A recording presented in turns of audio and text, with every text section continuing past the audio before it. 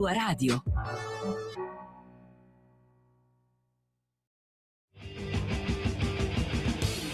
Va ora in onda Potere al Popolo. Stavamo quasi ballando, signori, la bella musica di Radio Libertà che non passa mai nessuno, la passiamo noi. Ancora al buon mattino, Sammy Varin, Potere al Popolo, siamo in diretta dallo studio di Via Bellerio 41 a Milano. Tutti i siti internet si stanno aggiornando con la conferenza stampa di inizio anno di Giorgia Meloni, attese 40 domande. La Presidente del Consiglio incontra i giornalisti in conferenza stampa, la diretta con domande e risposte sui principali temi di politica nazionale e internazionale, così apre il sito del Corriere, che però si occupa anche del nostro stipendio, perché lo dicevamo anche alla rassegna stampa, siamo tutti un po' curiosi capire con questa storia della manovra, IRPEF, premi di risultato straordinari, festivi. Cosa cambierà nella nostra busta paga? Come cambiano le tasse? Come cambia la nostra busta paga nel 2026? Ne parla il sito del Corriere della Sera. Ma noi tra poco parleremo anche dei vostri tantissimi messaggi arrivati in mattinata al 340 6709 659 per commentare le notizie del giorno. Chiaramente ascolteremo anche le vostre voci in diretta chiamando il numero fisso 02 9294 7222. Avremo un ospite di musica indipendente, questo è bello tosto, si chiama Luca Rustici e la sua è una famiglia tutta bella tosta, ma tra pochissimo dopo il cui Parlamento arriva anche lei, quella del venerdì, Chiara Soldani, e quando parla la nostra commentatrice chissà come mai ci bloccano su tutti i siti. Subito però il Qui Parlamento, ci colleghiamo con il Senato, c'è Manfredi Potenti. Qui Parlamento. La ringrazio, signor Presidente, e l'occasione mi è gradita per parlare a nome della Lega dal posto del segretario federale Matteo Salvini, e la presenza del Ministro ovviamente conforta ulteriormente l'occasione di poter ripercorrere quelle che sono delle azioni coraggiose che questo governo sta portando avanti per garantire il cambiamento attraverso strumenti di pianificazione efficaci, capaci di integrare quelle che sono esigenze a volte anche contrapposte tra di loro.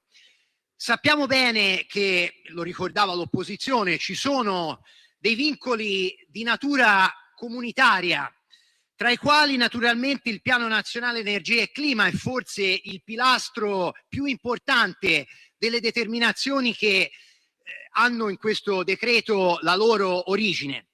Ma devo dire, in questi giorni in cui nel mondo la regola principale di farsi ragione è data da chi ha più energia a disposizione in tutti i sensi, non possiamo non trascurare che la sicurezza di questo paese può essere ottenuta e garantita e mantenuta soltanto attraverso l'utilizzo di un po' di polso. E se dobbiamo parlare ovviamente degli obiettivi che ci siamo dati a livello comunitario nel 2030, non possiamo quindi trascurare che in queste ore in una parte del mondo, al di là dell'oceano, si sta lottando e si sta facendo una guerra politico-commerciale per ottenere il controllo addirittura di una fonte, quella del petrolio, tra l'altro neanche di eccelsa qualità, perché il petrolio venezuelano veniva utilizzato anche dall'Italia per alimentare le sue centrali elettriche, e abbiamo escluso questa fonte di approvvigionamento perché evidentemente quel petrolio presenta anche dei problemi di raffinazione.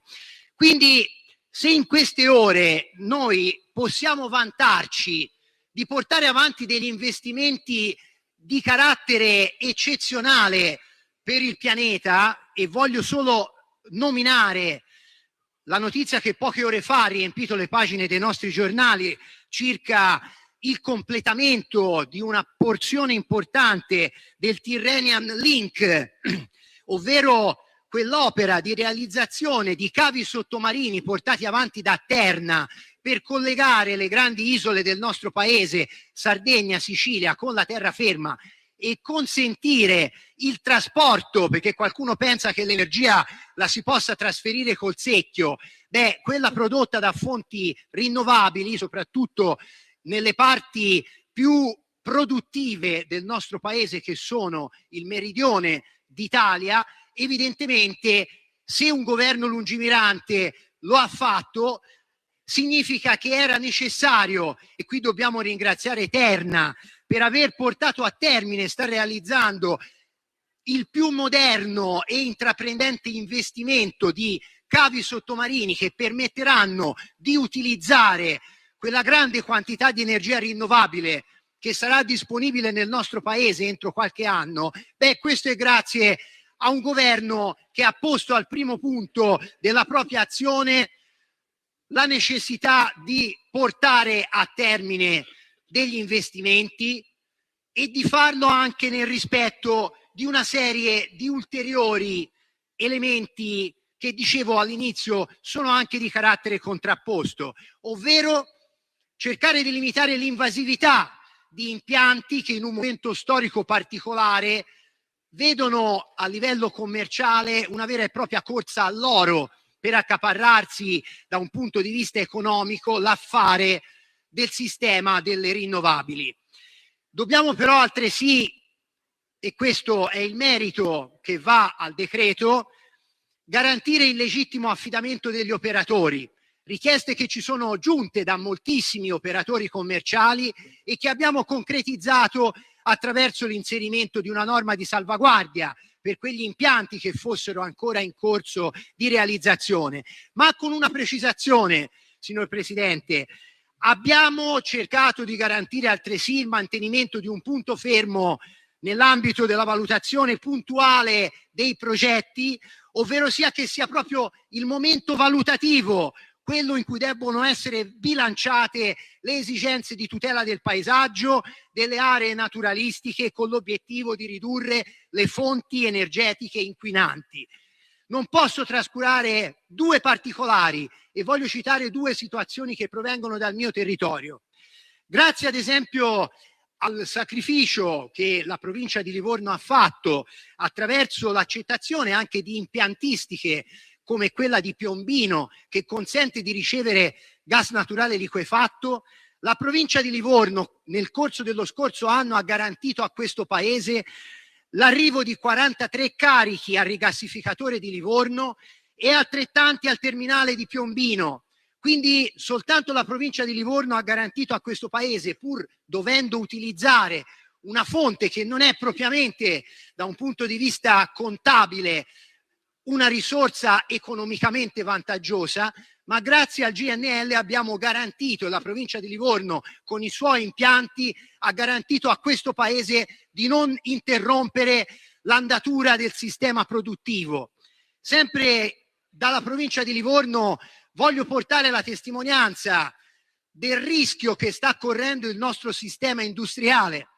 L'azienda Ineos, che è insediata a Rosignano, tra i tanti impianti presenti in tutta Europa, ha pochi giorni fa chiesto alla Regione Toscana di attivare un tavolo di crisi, lamentando il rischio di dover spengere gli impianti per mancanza di convenienza economica nelle attività di produzione di importantissime materie prime che servono al nostro paese. Il costo dell'energia che su questi impianti di Ineos grava fino all'80% del costo del prodotto finale sono un segnale di allarme che non possiamo trascurare, e quindi ringrazio il governo e ringrazio questa maggioranza di star portando avanti, e ci sarà bisogno di altri provvedimenti urgenti, tutte quelle misure che vanno ad incentivare la possibilità delle aziende di rinnovare la propria impiantistica e di sopportare una concorrenza sleale con la Cina, ma purtroppo devo dire anche con la parte occidentale del mondo, quegli Stati Uniti che hanno una evidenza di vantaggi nella loro realtà industriale, che sta concorrendo in maniera molto pesante con il sistema produttivo europeo e italiano in particolare. Sempre dalla Toscana, signor Presidente, non posso non citare, parlando di energie rinnovabili, il caso di Sovicille, dove la comunità sta rappresentando l'eccessiva invasività delle impiantistiche rinnovabili. Qui un altro plauso a questo governo che fra pochi giorni vedrà concretizzata una grande operazione.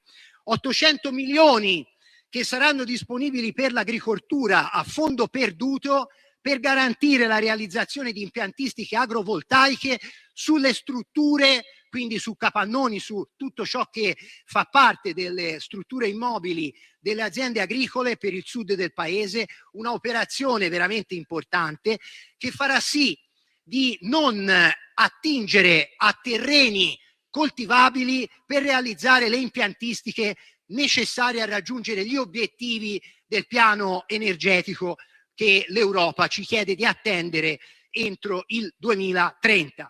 Quindi questa strategia che il nostro paese sta portando avanti, e devo dire abbiamo purtroppo dovuto fare anche delle valutazioni in questa strategia globale che potrebbe portare il nostro paese nuovamente a vivere esperienze come quella di 3 anni fa, quando abbiamo raccolto la eredità del governo in un contesto in cui il prezzo unico dell'energia stava sfiorando delle cifre inammissibili per la sopravvivenza dei nostri cittadini, delle nostre piccole imprese e delle aziende industriali.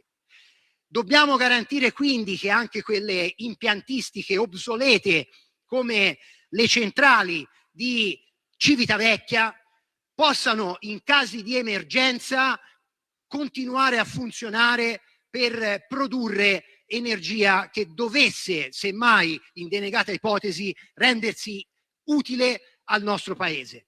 Quindi tutto ciò che questa maggioranza, e concludo, sta portando avanti fa parte di un piano ben preciso per dare autonomia e sopravvivenza a un paese che sta concorrendo con 2 blocchi continentali che hanno a disposizione risorse e hanno a disposizione la semplicità normativa che purtroppo è molto estranea a questo paese.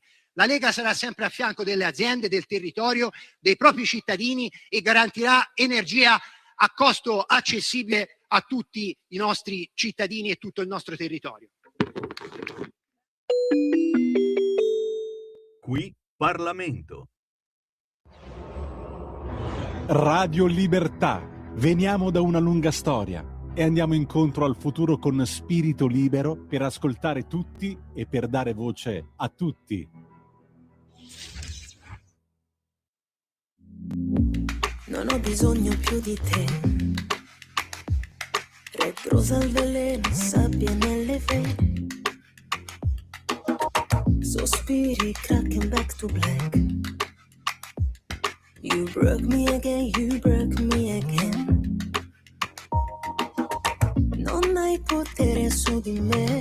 Non hai potere su di me. False promesse, cluster nella mente. Mi dici sei tutto per me, sei come fuoco che mi spegne. You hurt me again, you hurt me again.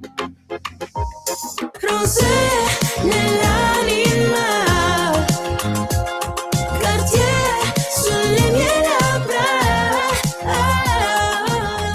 Lo so che non resta niente di te, neanche favole cenere con te. In a shallow toxic love, love, love, love, love. Toxic love, in a shallow toxic love. Non resta più niente di te. Non resta più niente di te. Schegge di puzzle, spine tra le dita. È come fumo in faccia, un narciso inganna. Si svela il karma, amore di carta. Resetta ogni ferita. Rosé nell'anima, Cartier sulle mie labbra. Lo so che non resta niente di te, neanche favole cenere con te. In a shallow toxic love, toxic love, in a shallow toxic love. Questo volo non è un dover da curare, ha frantumato la mia voce, cristalli di chandelier.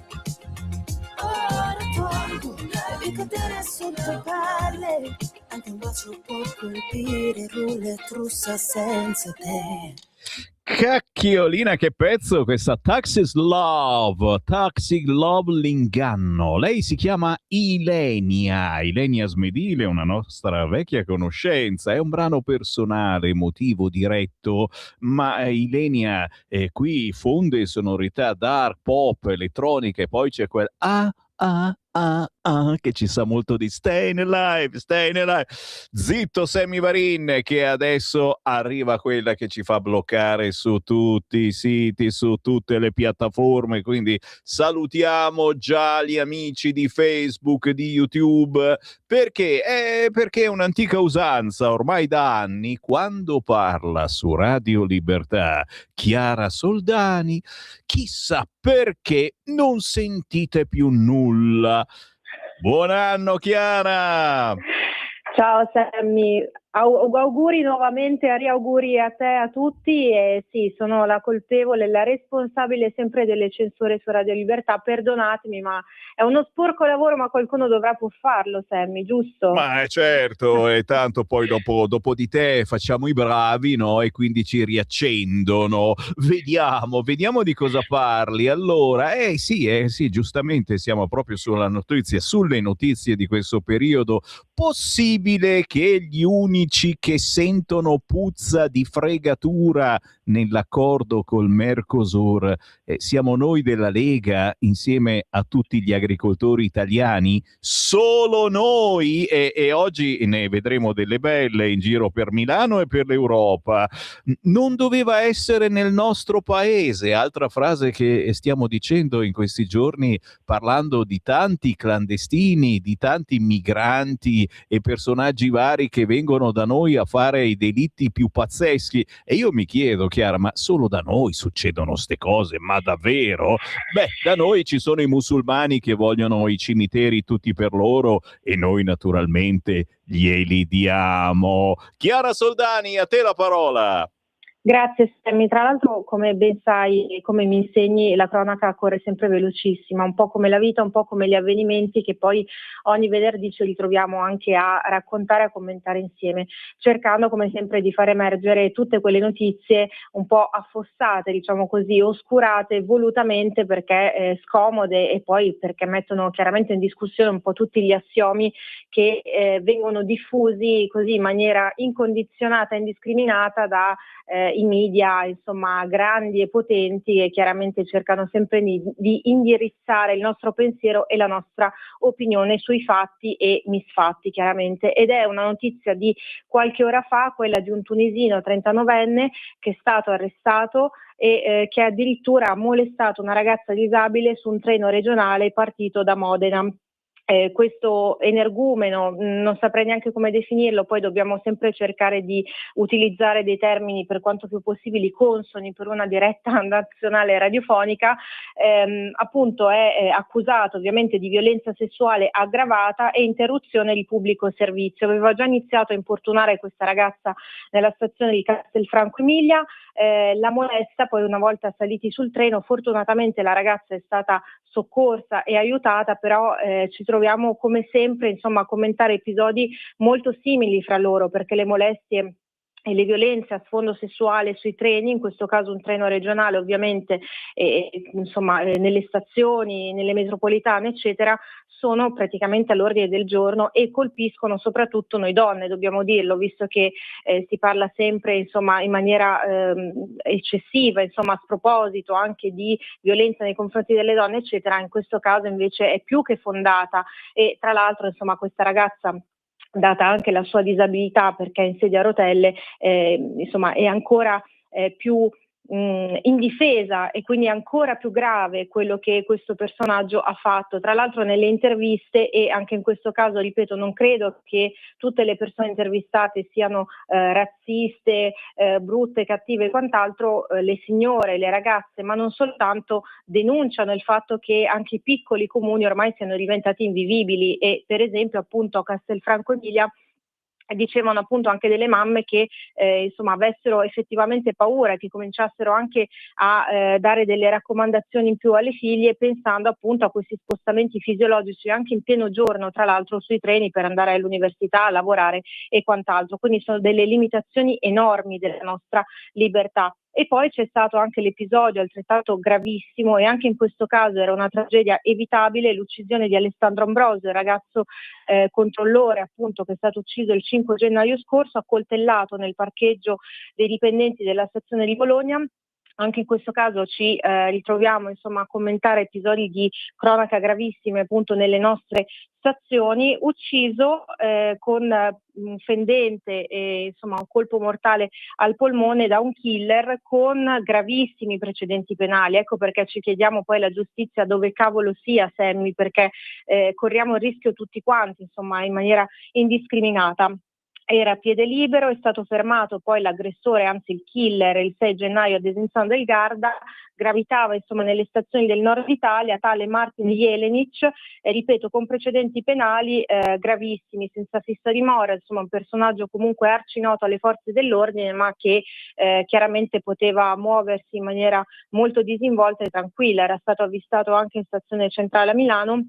Grazie a Dio non ha commesso altri reati, nel senso che non ha aggredito altre persone, però insomma si è rischiato tantissimo. Le accuse sono ovviamente di omicidio volontario aggravato, dal 2019 viveva di espedienti e di violenza soprattutto, e insomma in questo caso davvero ci chiediamo come mai questi personaggi possano fare esattamente quello che vogliono, come lo stupratore e killer peruviano della ragazza Aurora, che è stata poi trovata morta sempre a Milano, che aveva anche lui insomma dei precedenti penali gravissimi, aveva aggredito un'altra ragazza, ha tentato di stuprarla e strangolarla. Insomma ci ritroviamo sempre a commentare e a parlare appunto di questi personaggi che dovrebbero essere ovunque meno che a piede libero.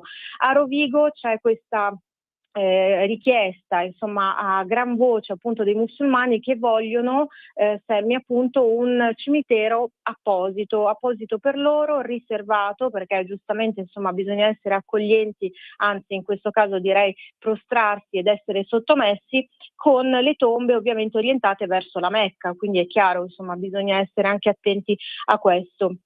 Fortunatamente insomma Rovigo vanta un sindaco donna forte, tenace, combattiva come piace a noi, Valeria Cittadin, che dice non c'è assolutamente bisogno di creare ad hoc appunto un cimitero per i musulmani, perché come diceva Totò insomma la morte è una livella, quindi poi alla fine siamo tutti uguali e il cimitero è un luogo che accoglie tutti indistintamente, insomma anche per quanto riguarda un po' il credo religioso. Le opposizioni di sinistra chiaramente lamentano e vanno contro il sindaco, e anche il presidente dell'associazione solidale Senza Frontiere Rovigo e Padova dice un passo verso l'inclusione sarebbe appunto la creazione di questo cimitero ad hoc, rispetto delle diversità, della cultura e ovviamente delle religioni altrui. Insomma, questo è un altro episodio, è un altro fatto del quale non si è molto parlato, ma giustamente noi vogliamo dare voce anche alle realtà, diciamo, meno conosciute e meno, tra virgolette, in senso positivo, lo dico, blasonate, no? Rispetto poi ai grandi fatti di cronaca che ci raccontano tutti. I nostri cimiteri, appunto, come dicevo prima, dice il sindaco, sono dei luoghi che accolgono qualsiasi persona. Non vedo la necessità di un cimitero musulmano, e quindi insomma noi chiaramente seguiamo un po' quanto detto appunto dal sindaco di Rovigo. Infine, altra notizia che ci riportano appunto a Milano, il ragazzino accoltellato, l'eroe quindicenne che cerca di difendere appunto il suo amico aggredito, chiaramente un'aggressione perpetrata insomma ai danni di ragazzi indifesi nella zona del Bicocca Village di Milano. Uno di questi due ragazzi è stato chiaramente rapinato, il suo amico è intervenuto e si è preso una bella accoltellato al volto, una ferita molto profonda, è stato poi soccorso al Niguarda di Milano. Fortunatamente il ragazzo è vivo, insomma sta bene, però è stato condotto in ospedale ovviamente in codice rosso. Questo è accaduto nel pomeriggio del 5 gennaio, diciamo che il 5 gennaio è successo un po' di tutto. in via Sarca, in questo caso a Milano, l'aggressore è un nordafricano che tenta, come dicevo, la rapina. Fortunatamente il ragazzo, essendo molto coperto causa freddo, quindi con giubbotto, sciarpe e quant'altro, è stato aggredito, ferito tra virgolette soltanto al volto, insomma, ma davvero anche questa è una notizia che ci riporta purtroppo alla criminalità, alla pericolosità e il fatto che Milano sia sempre di più una città invisibile. E poi ovviamente parleremo in maniera più approfondita della manifestazione, appunto della marcia dei trattori verso Milano. Il punto di ritrovo è in piazza Duca d'Aosta, quindi nella zona proprio centrale di Stazione Centrale a Milano, appunto. Le proteste le abbiamo viste anche a Bruxelles contro gli accordi dell'Unione Europea e contro soprattutto l'ingresso indiscriminato di prodotti di bassa qualità, quindi questa è una battaglia che non soltanto riguarda il comparto agricolo ma la salute di tutti quanti noi, quindi seguiremo molto meglio, insomma, in base anche alle novità e agli aggiornamenti che arriveranno, anche questo importante momento che sta coinvolgendo Milano ma che interessa tutti quanti noi. Vero, quello che avremo nel piatto molto probabilmente nei prossimi mesi, perché costerà molto meno rispetto ai prodotti italiani, i prodotti del Mercosur, Sud America e tante cose buone e naturali. Chiara Soldani, la trovate facilmente, si fa per dire, sui social, ma più facilmente sicuramente se digitate leggifuoco.it, anche in versione cartacea, si chiama Fuoco, dove spesso e volentieri lei scrive.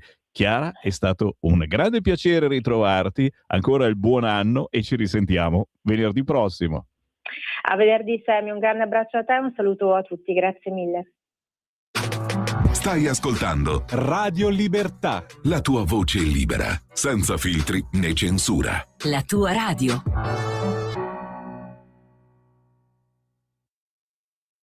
Lo amiamo perché ci offre sempre le cose più buone e naturali. Linea Alberto Acerbis! Cari amici di Radio Libertà, cari ascoltatori, buongiorno. Io sono Gaia Acerbis e devo dirvi la verità, devo dirvi che io quest'oggi sono un po' emozionata perché è il mio primo e vero collegamento. Il mio papà Alberto, che molti di voi sono sicura già conosceranno, mi ha detto: Gaia, mi raccomando, fai una bella offerta ai nostri amici di Radio Libertà.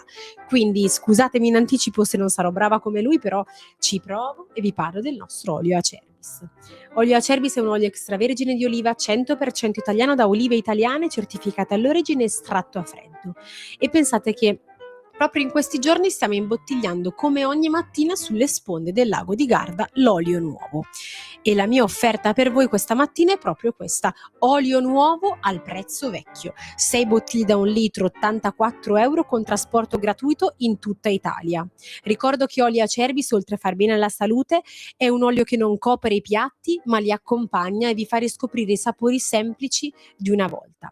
Per ordinare potete chiamare il numero 030 68 40 408 oppure andare sul nostro sito www.olioacerbis.com. Mi raccomando amici, approfittatene finché c'è disponibilità e ricordatevi sempre che l'olio buono è un nutraceutico a metà tra un condimento e un medicinale. Io vi ringrazio, ordinate e dite: ho ascoltato Gaia su Radio Libertà, così mi fate fare anche una bella figura a casa e questo non guasta mai. Io vi abbraccio, una buona giornata, viva l'Italia, viva le cose buone. Stai ascoltando Radio Libertà, la tua voce libera, senza filtri né censure, la tua radio.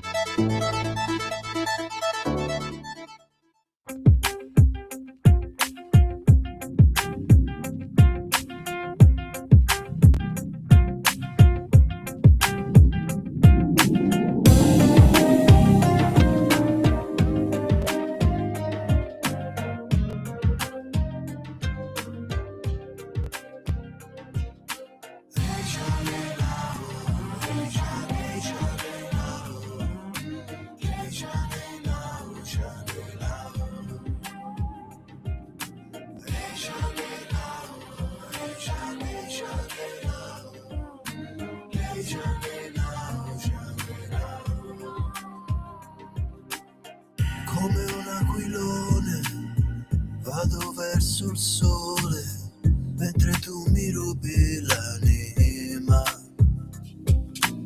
Sento la tua voce e non trovo pace, mentre adesso tutto il mondo tace. Sei di sangue, di terra, di piombo e il cuore si fermò. Quanto male fa, quanto freddo fa. È violento gli occhi che il silenzio consumò. Quando finirà, quando finirà.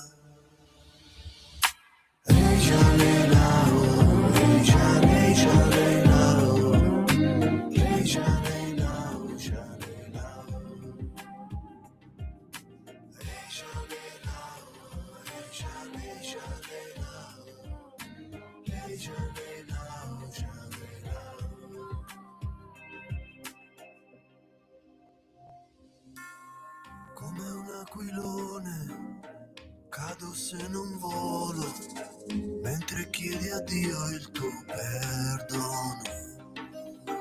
E trattengo il fiato che il tempo consumò. Adesso finirà, adesso finirà.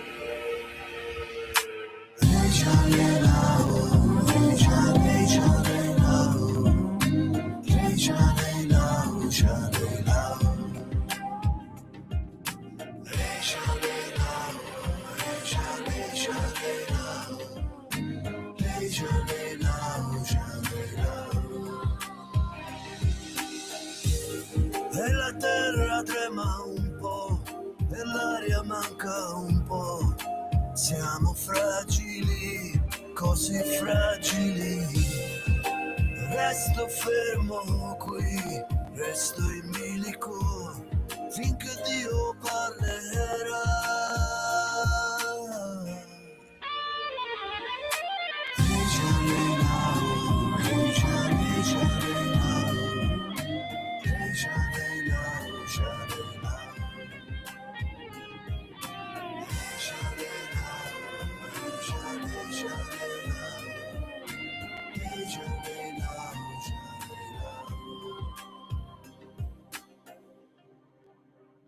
Guarda, sembra incredibile, le sensazioni che la musica ci può dare. Proprio fino a qualche istante fa trasmettevamo in radiovisione la conferenza stampa di inizio anno di Giorgia Meloni, Presidente del Consiglio, e adesso abbiamo visto le immagini molto profonde della nuova canzone Come un aquilone di Luca Rustici, che abbiamo con noi. Buongiorno Luca!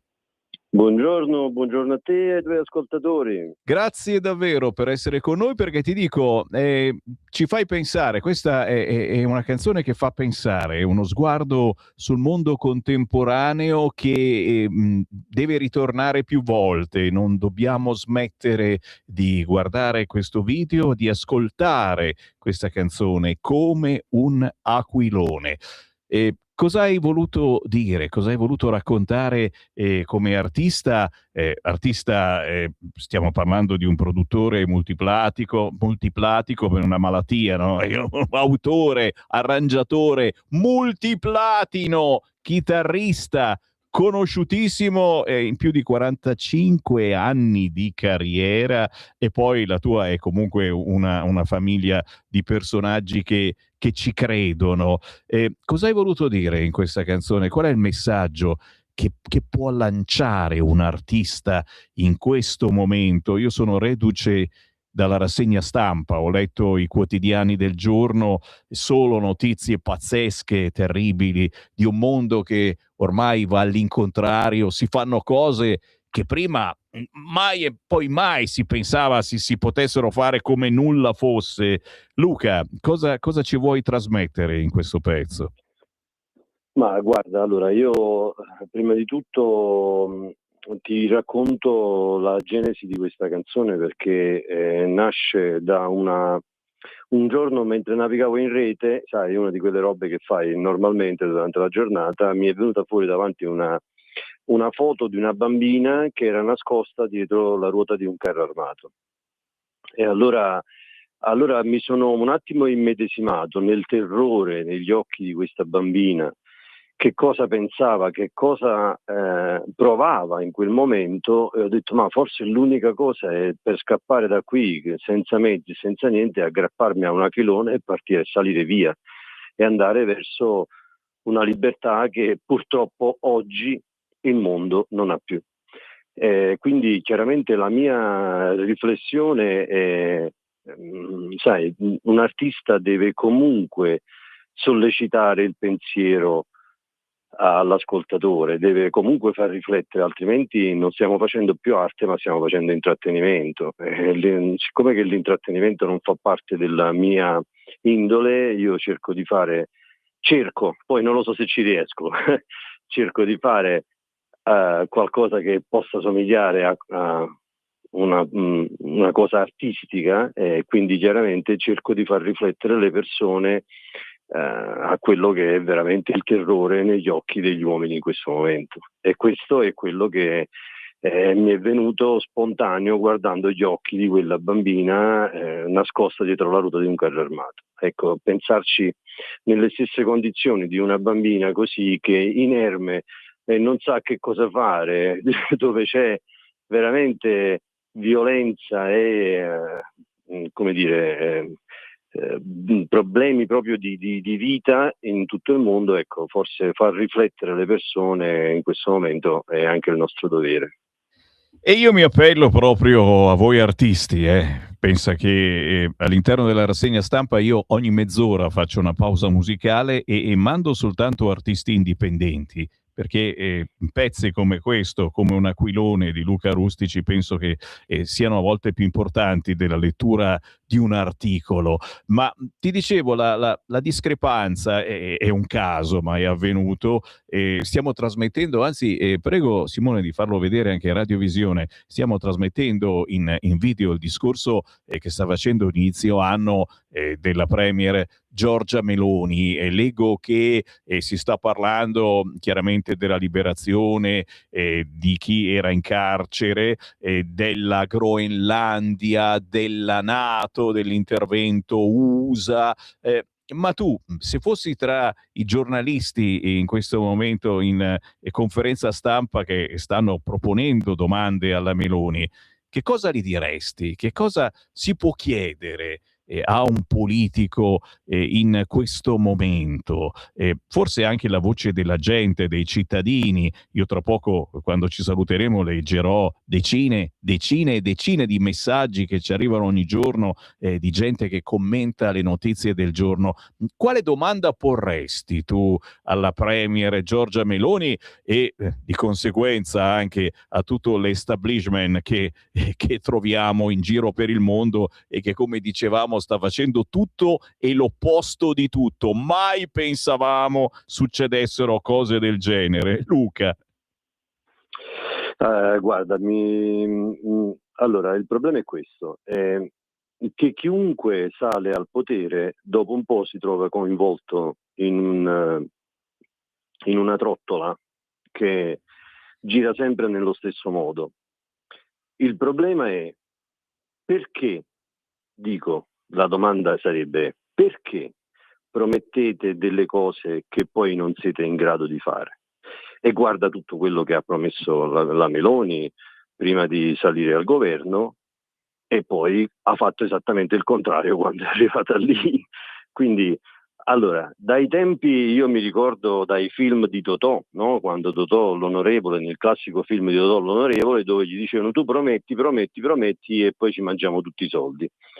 E allora la storia è così antica che veramente io credo non ci sia un metodo per recuperare questa cosa, perché quando si sale lì, alla fine ognuno ha sete di potere e diventa onnipotente e fare quello che cavolo gli passa per la testa.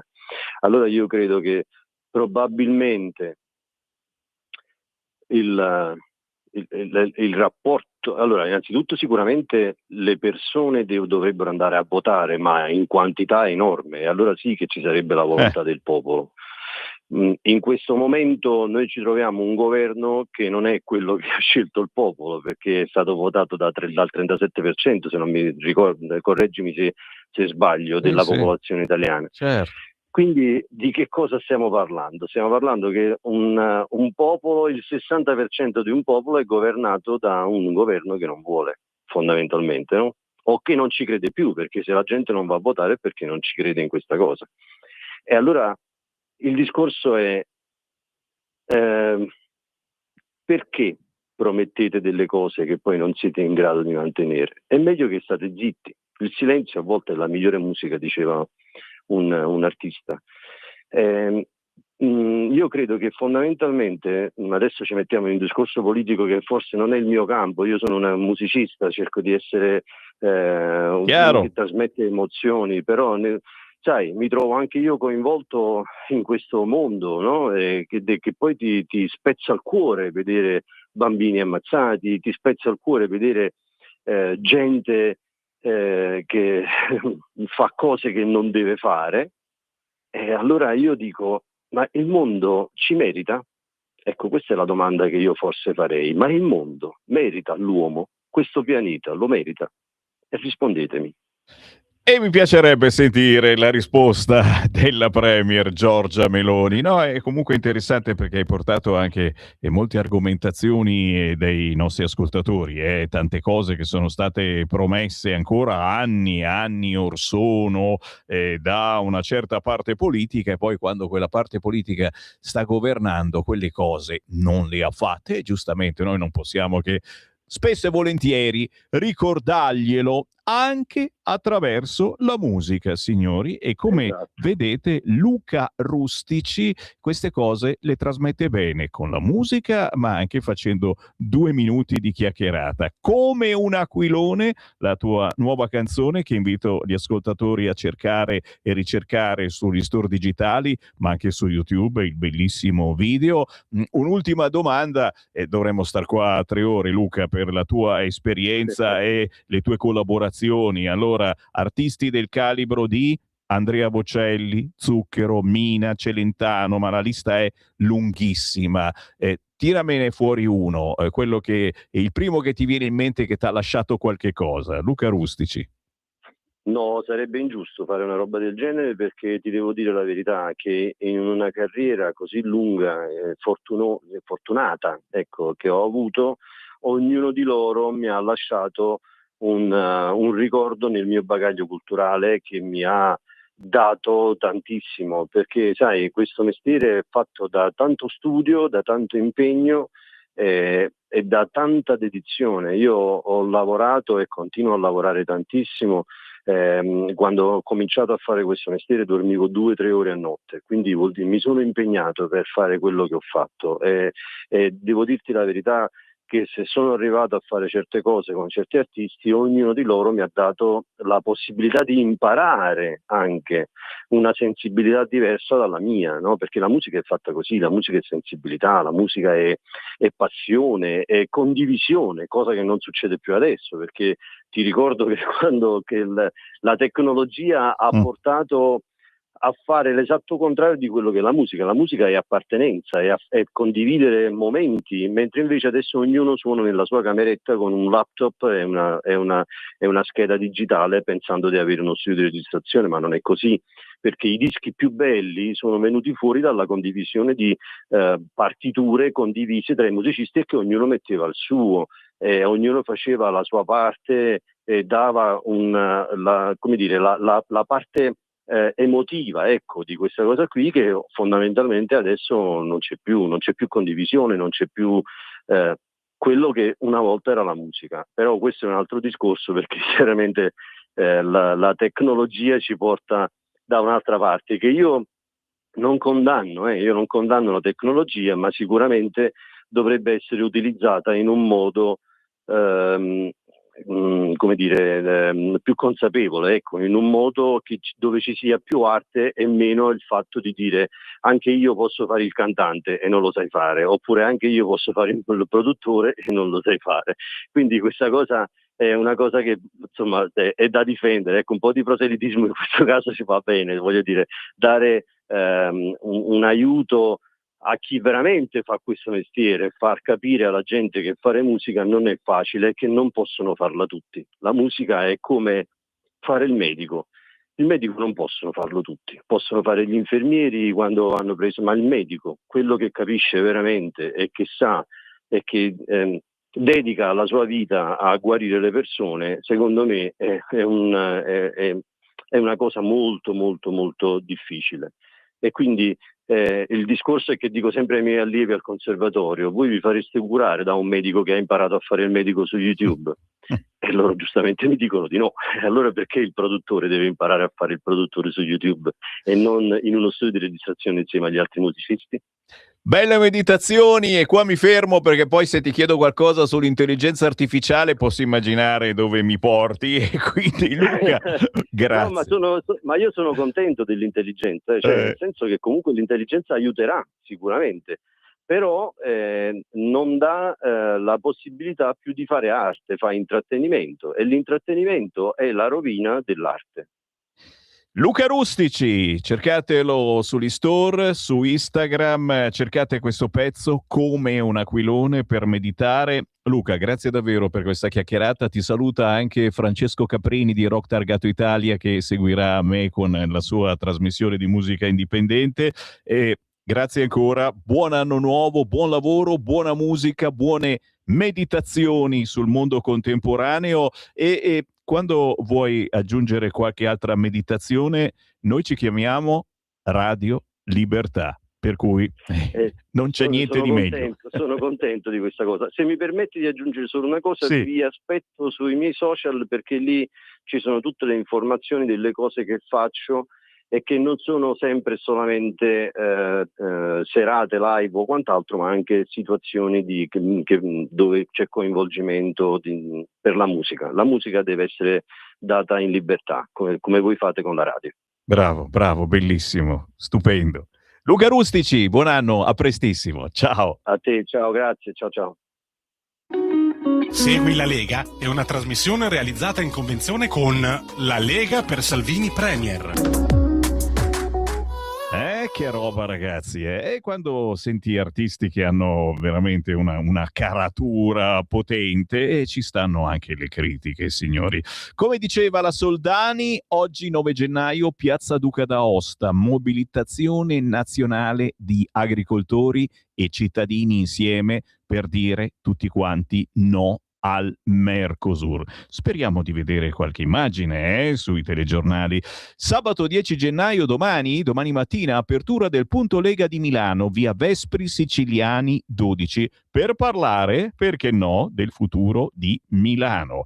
30 gennaio a Trieste, Patriot for Europe, radicalismo in Italia e in Europa, come l'Islam vuole conquistarci. Se ne parla a Trieste il 30 gennaio alle 18:30 alla stazione marittima di Trieste, Molo Bersaglieri 3, con le europarlamentari della Lega Anna Cisint, Silvia Sardone, Susanna Ceccardi, modera Roberto Poletti, ex direttore di Radio Padania.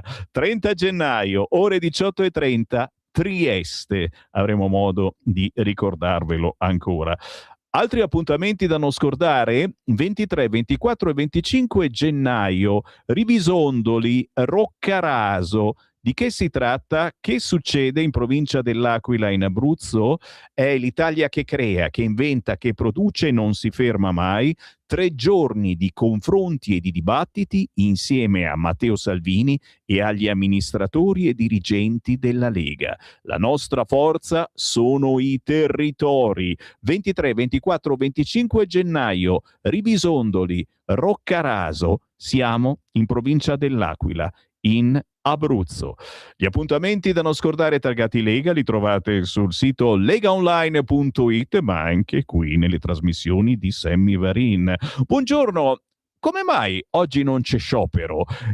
I sindacati hanno finito il monte ore pagate? Propongo anche il pistacchio gay che sia patrimonio dell'umanità. E questo è interessante, assolutamente sì. Mi fa venire fame. Buongiorno Sammy, remigrazione è un termine da checche, anche perché dove rimandi quelli nati qui che sono i peggiori? Ci vuole la deportazione. Salvini usi i soldi del ponte per costruire carceri infinite. Mamma mia, come siete cattivi. E per me invece remigrazione suona bene, ma chiaro, È chiaro che chi è nato qui trovi un'altra soluzione. Si può sempre togliere però il permesso di soggiorno ad altri. E la cittadinanza dice che non si può? Secondo me sì.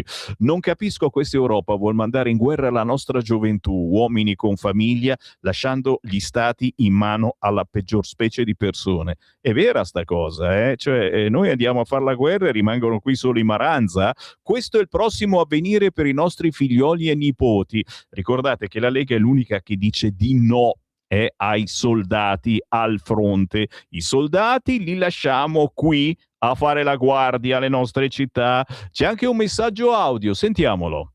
Ciao Sammy, sono Walter. Uela. Volevo ricordarti, per quanto riguarda i militari italiani all'estero, che le basi UNIFIL sulla striscia di Gaza, sul confine, dove cavolo erano, avevano proprio fuori dalle loro mura, quindi visibilissime dalle torrette delle guardie, gli ingressi dei tunnel di quelle brave personcine di Hamas, ingressi dei tunnel nei quali arrivavano armi, arrivava di tutto, ed era proprio dalla garritta dei nostri militari, della UNIFIL, non vedevano che in quel tunnel entrava qualsiasi cosa. Quindi i nostri militari all'estero, te lo dico per esperienza personale, fondamentalmente ci vanno perché prendono una valanga di soldi. Ricordo benissimo le missioni in Libano, io ero a Pordenone, vicino alla caserma, mangiavo insieme ai militari e si scornavano fra di loro per chi doveva partire. I concessionari della zona avevano incrementato le vendite perché quando tornavano la prima cosa che facevano questi era comprarsi la BMW o la macchina di grido del momento, visto che prendevano all'epoca, mi sembra, quasi $3.000 al mese. Ti sto parlando di quanti cazzo, 20 anni. Quindi i nostri militari all'estero non sono sempre eroi, magari qualche volta, ma guardatevi UNIFIL, cosa combinano. Grazie Sammy. Prego, un'altra campana, come vedete c'è di tutto di più, d'altronde è una radio che si chiama Radio Libertà. Pericoloso, vero, dire il nome del magistrato che ha emesso questa sentenza assurda, ci scrive Graziella, per far sentire la vicinanza al militare, ricordiamolo, quel carabiniere che ha osato difendersi sparando al clandestino che stava per ammazzarlo, ora dovrà pagare i danni ai parenti del clandestino ammazzato. Per far sentire la vicinanza al militare bisognerebbe andare sotto la casa di quel giudice. No, purtroppo non si può fare, non si deve fare, perché altrimenti andate nel torto. Sono leggi che sono scritte male. Se ci fossero delle leggi chiare per non essere interpretate, non ci sarebbero queste sentenze. E questo è interessante, però da sempre sono così bravi questi giudici a interpretare. L'agente di polizia deve risarcire, ma le toghe che mettono in galera persone innocenti per 10, 20, 30 anni non devono risarcire o sono al di sopra della legge? Finora sì, o quelle poche volte che hanno risarcito siamo stati noi italiani a pagare. Luca dalla provincia di Brescia: come sovente sento dire o rinfacciare in altre trasmissioni o durante conversazioni con amici o conoscenti ai sinistri, come si può controbattere quando dicono governate voi da 3 anni?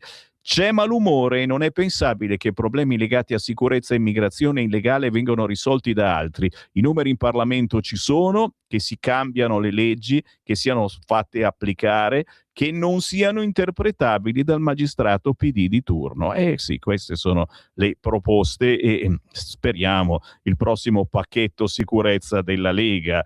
Se c'ero io, il tunisino era giù dal treno in corsa. Stiamo parlando del tunisino che ha cercato di violentare la disabile sul treno di 20 anni, signori. Non vi dico le schifezze che ha fatto.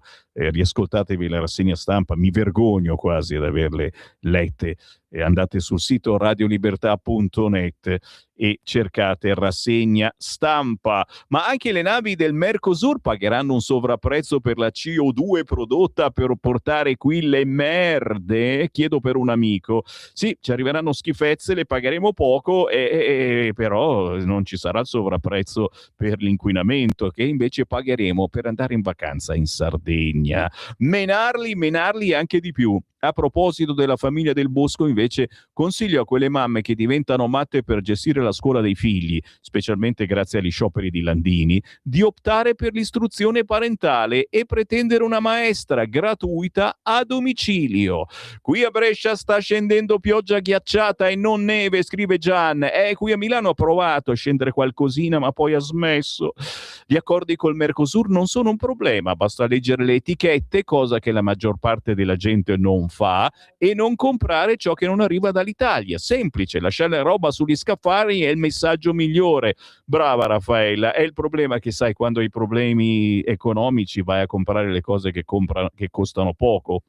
Molto bene, riempiamo i cimiteri di musulmani, perché le altre religioni non sono così invadenti e aggressive, perché le altre e i musulmani sì, perché loro devono sottomettere. E poi non hanno nemmeno firmato alcuna convenzione, pretendono sempre di più, bamboccioni italiani. Pensiamo alla nostra diretta protezione senza aspettare uno Stato assente. Mamma mia, come siete tosti. Roby, per solidarietà col carabiniere condannato, tutta l'arma dei carabinieri dovrebbe fare sciopero, invece sono proprio quelli che lo sciopero non lo fanno mai e fanno sempre la guardia, la nostra vita quotidiana. Qui mi fermo, signori. Posso dirvi che siete stati tosti anche quest'oggi? Grazie a tutti voi per averci ascoltato, averci scritto al 3406709659 e adesso c'è Francesco Caprini con la sua musica indipendente. Ma tranquilli, io ritorno non domani con la rassegna stampa e sabato ci sarò domenica alle 12:30 con il meglio e il peggio del Sammy Varin e poi puntuale lunedì alle 7:30 con la rassegna stampa. Grazie a Simone. Camminava bel bello avanti e indietro dalla regia e adesso schiaccerai il bottone di sigla finale. Avete ascoltato Potere al